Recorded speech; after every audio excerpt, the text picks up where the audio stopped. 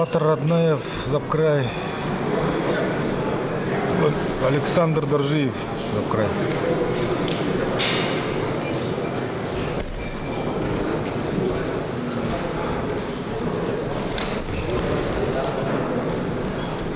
Шарнтаун килограмм.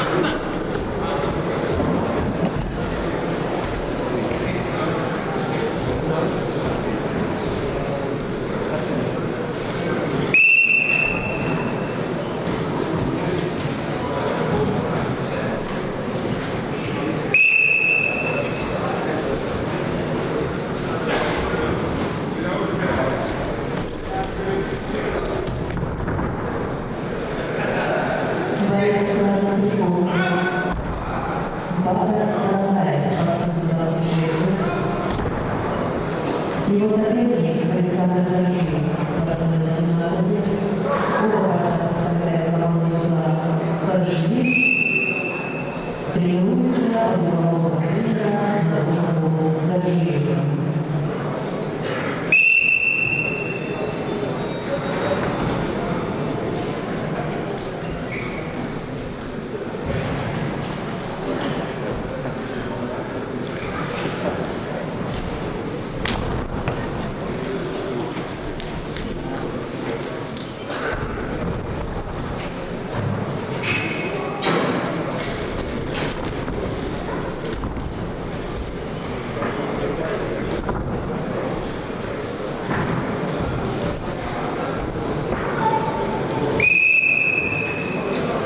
После 20 лет